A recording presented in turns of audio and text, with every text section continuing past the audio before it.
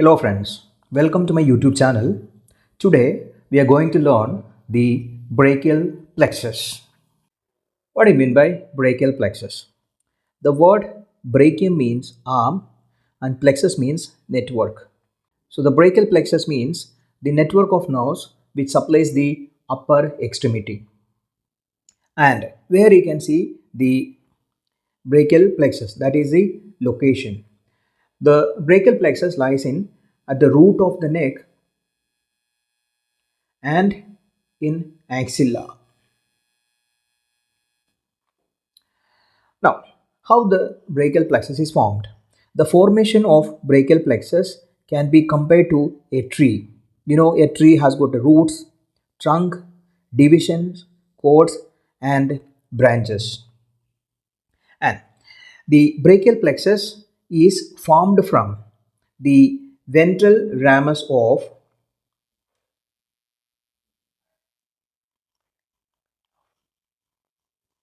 or anterior primary rami. It is also known as the anterior primary rami of C5, C6, C7, C8 and T1.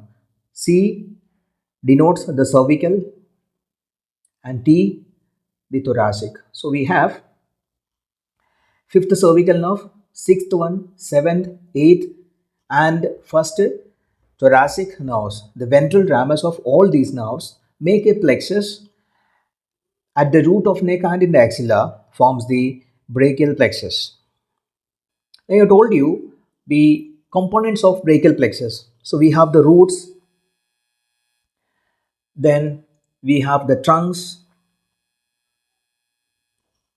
then we have the divisions, then cords and branches. Now let us learn the schematic diagram of brachial plexus. First let us write down the roots. I already told you we have C5, C5, C6, C7, C8 and T1. Next we have trunks. There are three trunks. Let us see here. So we have C5 and C6 united to form the upper trunk. Upper trunk. C7 alone forms the middle trunk. And C8 and T1 fuses to form the lower trunk. So we have three trunks: upper trunk, middle trunk and lower trunk. Then what happens? Each trunk divides into two divisions. Next we have divisions, right? So let us draw the division.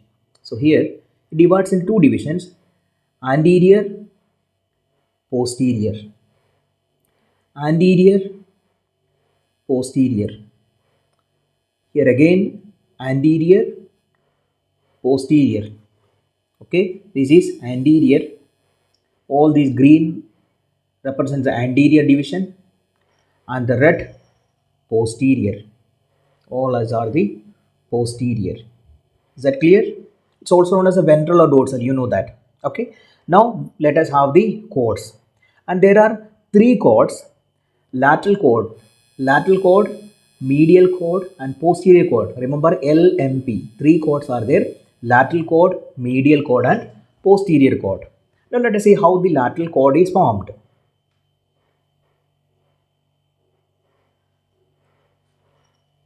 Now, lateral chord is formed by the union of anterior division of upper and middle trunk. So we have the anterior division of upper trunk here and anterior division of middle trunk. These two fuses to form a chord, that is the lateral chord. I am just denoting LC, lateral chord, and anterior division of the lower trunk is remaining. Okay, that alone forms the medial chord, and all the posterior divisions, all the three posterior divisions fuses to forms the posterior chord. We have the posterior chord. Is that clear? Now Now let us see the branches. The lateral cord gives three branches. So lateral cord gives three branches, that is lateral pectoral. So we have the first one is the lateral pectoral. I am drawing here. So this is the lateral pectoral.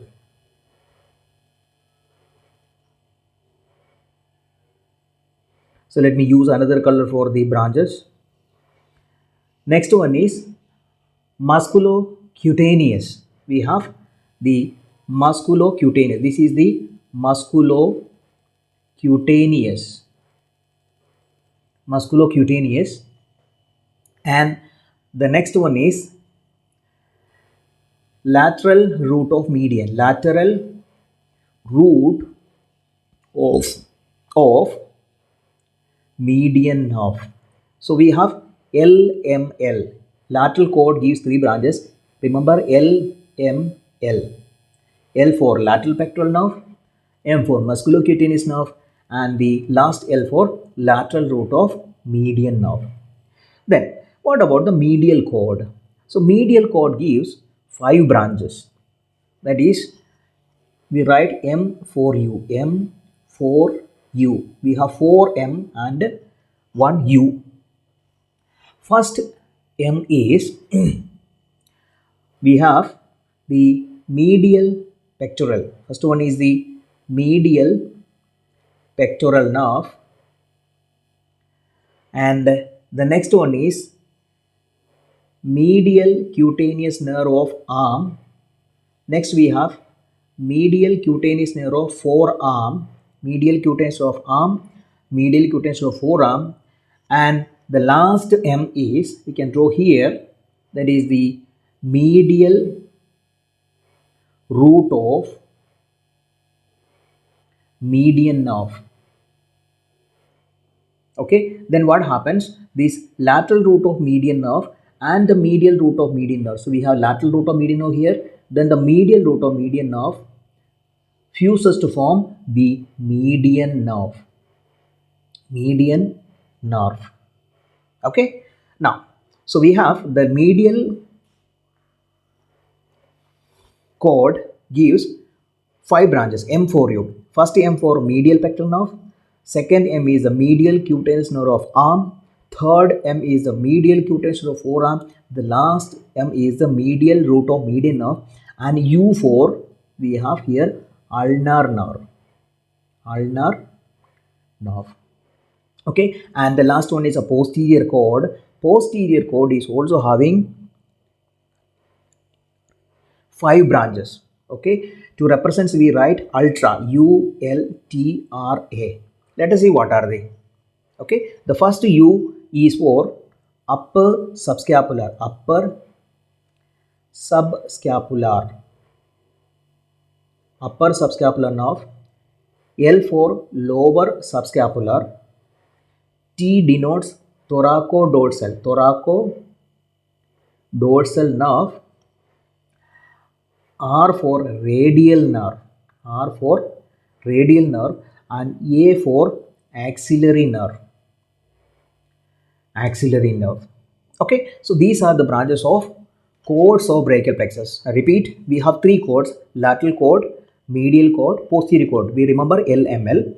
Lateral cord has got three branches, that is LML. L for lateral pectoral, M for musculocutaneous nerve, L for lateral root of median nerve. Medial cord has got five branches. To remember the mnemonics, we have M for U. First M is the medial pectoral nerve. Next M is the musculocutaneous nerve of arm. Third M is the musculocutaneous nerve of forearm. The last M is the medial root of median nerve, and U for ulnar nerve. So the lateral root of median nerve and the medial root of median nerve fuses to form the median nerve. And the posterior cord has got five branches. So remember, to remember we have the mnemonics ultra. U for upper subscapular, L for lower subscapular, T for thoracodorsal, R for radial nerve, and A for axillary nerve. Now, from the roots C5, C6 and C7, we have the C5, C6, and from the C7 there arises a nerve That nerve is known as the long thoracic nerve. Long thoracic nerve. You know the other name for the long thoracic nerve, that is the nerve to serratus anterior. And injury to this long thoracic nerve leads to the paralysis of serratus anterior muscle, which in turn causes the elevation of medial border of scapula, and that condition is known as the, what is that, winging of scapula. Okay, so we have the long thoracic nerve arises from C5, C6 and C7. There is one more nerve arises from the root, that is from the C5, and this nerve is known as the dorsal scapular nerve. Dorsal scapular nerve, and the root value is C5 alone. Now there are some branches from the trunk. Upper trunk gives two branches. From the upper trunk there are two branches. First one is the suprascapular nerve. This is the suprascapular nerve, and the other one is the nerve to subclavius. Nerve to subclavius. So the upper trunk gives two branches, suprascapular nerve and the nerve to subclavius. Now one more point I may add about the root value. So the root values of the nerves normally ask for examinations. Now let us learn the root values. The upper trunk, it gives two branches, suprascapular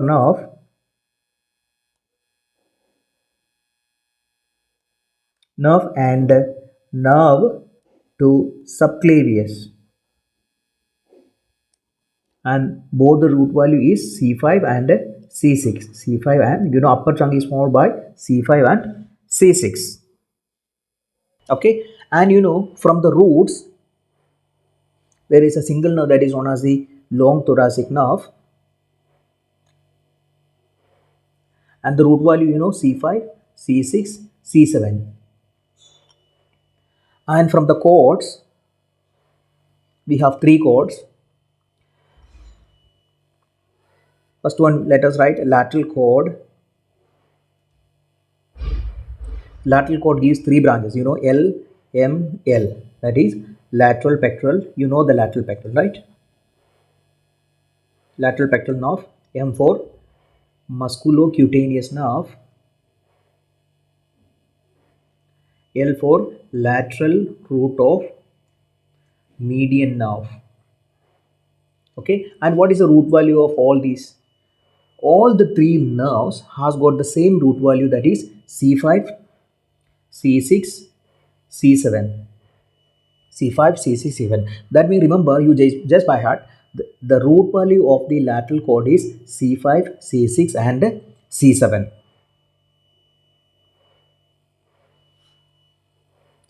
Next chord is the medial chord. Medial chord, and medial chord has got five branches. M for U, that is 1, 2, 3, 4 M and U. First M is we have the medial pectoral nerve. Medial pectoral nerve. Then is the medial cutaneous nerve of arm. Next M is medial cutaneous nerve of forearm. Forearm. Next one is the medial root of median nerve. Remember, median nerve, and U for ulnar nerve. Okay, and let us see what are the root values. Okay, so medial pectoral nerve is, the root value is C8 and T1. C8, T1. Medial cutaneous nerve is also C8, T1. Medial cutaneous nerve of forearm is also C8, T1. Medial root of median nerve is also C8, T1. And ulnar nerve is C7, C8, T1. So how to remember? The medial chord the first M, all the four M's, the root value C8 and T1, and ulnar nerve has got C7, C8 and T1. Okay, and the last one is the posterior cord. Posterior cord. You know what is the mnemonics for the posterior cord? Ultra. U L T R A. U for upper subscapular nerve. Always remember nerve. Lower subscapular nerve. T for thoracodorsal. Thoracodorsal nerve or nerve to latissimus dorsi. R for radial nerve. And A for axillary nerve. Axillary nerve. And what is the root value for this one? Very easy to remember. Upper subscapular C5, C6. You know, upper subscapular nerve is confined to the upper part, C5, C6. Lower subscapular is also C5, C6. Axillary nerve is also confined to the axillary region, so the root value is C5, C6. And the radial nerve is the longest one in this group, so all the roots C5, C6, C7, C8 and T1, and the thoracodorsal nerve is C6, C7 and C8. You got my point? So remember like this, that is upper subscapular, lower subscapular and axillary is confined to the upper part only, so the root value will be C5, C6.